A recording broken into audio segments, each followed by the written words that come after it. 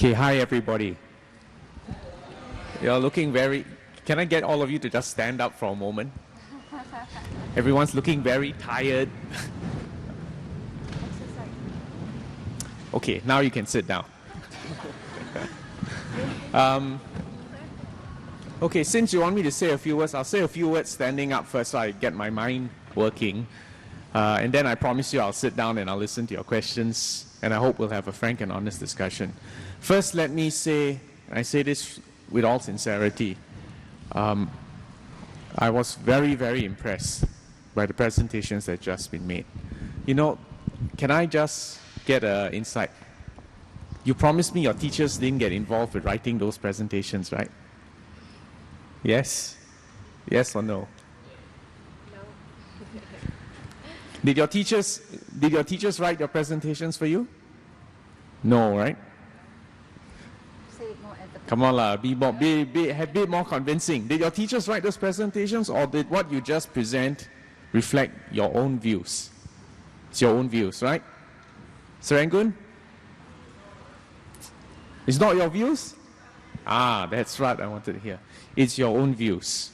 Okay, if we can get many, many more young Singaporeans to think independently like you, to speak so confidently like you, to think through the issues which the Prime Minister has brought up in his National Day Rally, we'll be all right, you know.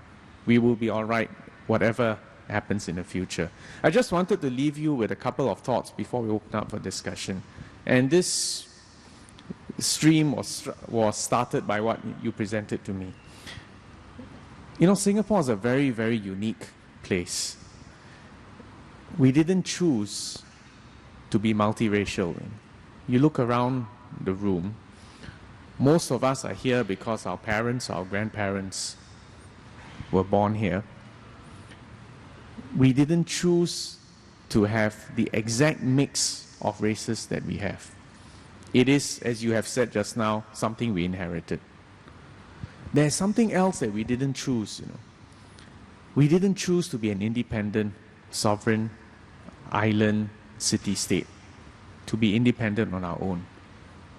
We became independent because we were thrown out of a bigger country that could not agree with us on a fundamental ideal of how to organize a society. This ideal of a Singaporean in Singapore, where all of us will have equal rights to live as first-class citizens. So just think about these two things. We didn't choose to be multiracial, and we didn't choose to be independent, but we inherited these two things. Which then brings us to the next question. What are we going to do about this? Right? All over the world, from history, we have learned that being a multiracial society is not easy. And in fact, if you study history, many times multiracial societies have come to grief because it is so easy to incite trouble. It is so tempting for politicians when you're trying to get votes to make appeals to primordial appeals of race, language, and religion. So history has not been very kind to multiracial societies. History has also not been very kind to very small countries that are independent, because the key imperative there is how do you make a living? We are too small to grow enough food, to even generate enough water, to generate enough energy to keep us alive. So for Singapore, when we talk about the economy, the need to make a living, and some people say, why are you so obsessed with making money, with keeping the economy going? The answer is very simple. We need to keep the economy going because without that, we cannot feed and look after our people. But if you understand that, therefore, we are a combination of ideals and pragmatism, then you understand a lot of the idiosyncrasies about Singapore. You know. One example was that nice contrast you put up between the idealism of Mr. S. Rajaratnam, you know, We want to be a society where race, language, and religion no longer counts. And the other pragmatic approach, which says, before you even get to that kind of society, you better realize and recognize that race, language, and religion do count. Do you see the paradox there? You have to get from a society where race, language, and religion does count. And can you reach an ideal where it doesn't count? Now, very often, when you're posed with such a paradox, such a challenge, different answers come up. And as you have said just now, one easy answer is assimilation. Make everybody the same, speak the same language, pray to the same God, dress, behave, eat, all the same. Maybe there'll be no division and no tension. But that's not practical. That's not possible, and that's not what people want. But if you then take the other model where you accept that people want to be different, want to be unique, how do you prevent people from falling apart?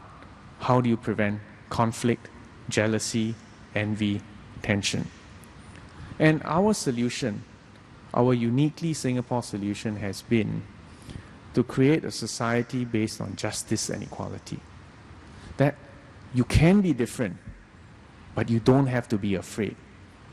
You have a right to be unique, but your right to be unique doesn't mean you have to put down other people.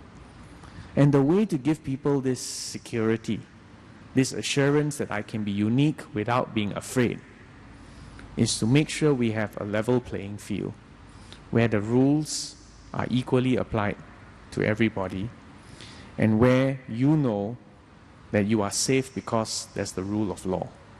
So that's why we also have to be a society that's so obsessed by laws, and sometimes when you talk about laws, you can't help talking about the fines and the penalties and all that. And some people say, oh, we're so focused on the negative aspects. The point I'm trying to make is that Singapore is unique, it is special. Many things we can't change about our past. What we need to do, however, is to understand what we have inherited, at the same time understand where we want to go, and then figure out our own unique, special way to get to where we want to go. And even as we plan to go wherever we want to go, in order to keep us all together on the same boat, and we are really on a very, very small boat, we need to have some commonly agreed rules. Rules of engagement, rules to deal with each other, to transact with each other, and to make sure that we can work together, even though we're different, without capsizing the boat. So that's the paradox of Singapore. What is especially important for young people like you is that we desperately want you to understand history. I know a lot of people don't like national education, so let's not call it national education, but we desperately need you to understand the past so that you know how we got here. At the same time, we desperately need you all to dream, to imagine, to have big, grand ideas about the future. Because we cannot be trapped by the past, We have to move forward, and we have to have new ways of living, new ways of living with each other, new ways of making ourselves useful and relevant to the world. And that's where the future and your thoughts must come in. I think if we can get this balance right, between understanding what we've inherited from the past, at the same time being prepared to dream unlimited, crazy dreams if need be, and get the right balance between pragmatism and idealism, between money, the head, the heart, and the stomach. I think we can do it, and we can truly build something precious, unique, and something that belongs to all of us. So that's really the sort of thoughts that went through my mind as I listened to what you said. I am very encouraged by what I've heard so far. I want to encourage you now to share both your deepest, darkest thoughts and fears, as well as your brightest hopes and dreams for the future. So let's have a no-holds-barred discussion. Even if you don't feel like speaking directly, I think you can go through new media, through SMS, Twitter, or Facebook, and let's get this going. Okay. So thank you all very much. I look forward to hearing from all of you. Thank you.